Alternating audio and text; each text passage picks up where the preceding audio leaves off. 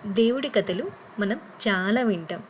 కానీ ఒక విషయం ఎప్పుడైనా ఆలోచించారా? దేవుడే తన పెళ్లి కోసం అప్పు తీసుకున్న కథ ఉందని. ఆ కథ ప్రేమతో మొదలై బాధ్యతతో ముగుస్తుంది.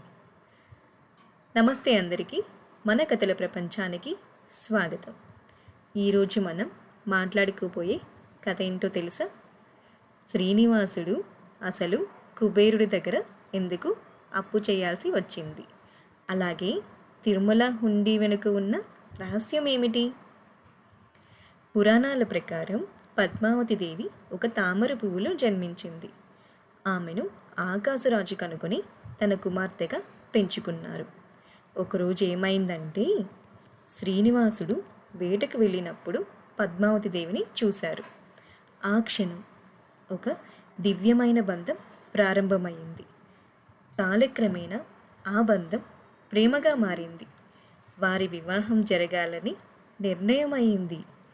కానీ ఈ వివాహం ఒక సాధారణ వేడుక కాదు. ఈ మహోత్సవానికి భారీగా ధనం అవసరమయ్యింది. అప్పుడు శ్రీ వెంకటేశ్వర స్వామి కుబేరుడి దగ్గర అప్పు తీసుకున్నారు. కానీ ఈ అప్పుకి ఒక షరతు కూడా ఉంది. ఆ షరతు ఏంటో తెలుసా? కలియుగమంతం వరకు ఈ రుణం తీర్చాలని. ఆ తరువాత ఆ దివ్యమైన ముహూర్తానికి సమయం వచ్చింది. దేవతలు, ఋషులు, భక్తులు అందరూ హాజరైన గొప్ప మహోత్సవం. బంగార అలంకరణలు, దీపాల వెలుగులు, మంగళ వాయిద్యాలు. ఆ ప్రదేశం మొత్తం దివ్యలోకంలా మారింది. శుభముహూర్తం రాగానే శ్రీనివాసుడు పద్మావతి దేవికి మాంగళ్యం కట్టారు. అగ్ని సాక్షిగా వారి బంధం శాశ్వతంగా మారింది. ఆ క్షణం ప్రేమ, భక్తి మరియు బాధ్యతల కలయిక. ఈ వివాహం మనకు ఒక గొప్ప విషయం చెబుతుంది. అదేమిటంటే, ప్రేమ అంటే కేవలం భావం కాదు, బాధ్యత కూడా.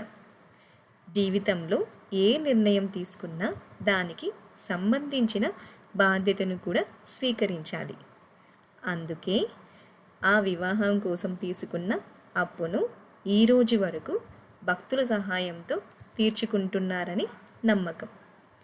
మనం హుండీలో వేసే ప్రతి రూపాయి కూడా కేవలం డబ్బు కాదు, మన భక్తి, అలాగే మన నమ్మకం. స్వామివారి కుబేరుడి రుణం తీర్చడానికి మనం చేస్తున్న చిన్న సహాయం. ఇదే తిరుమల హుండీ వెనుక ఉన్న నిజమైన రహస్యం. ఈ దేవాలయం ఉన్న రాష్ట్రం గురించి మనం ఫ్రైడే వీడియోలో మాట్లాడుకుందాం. ఇంకా ఇలాంటి ఆసక్తికరమైన కథల కోసం మన కథల ప్రపంచం ఛానల్ను సబ్స్క్రైబ్ చేయండి. అలాగే ఈ వీడియోను మీ ఫ్రెండ్స్తో షేర్ చేయండి.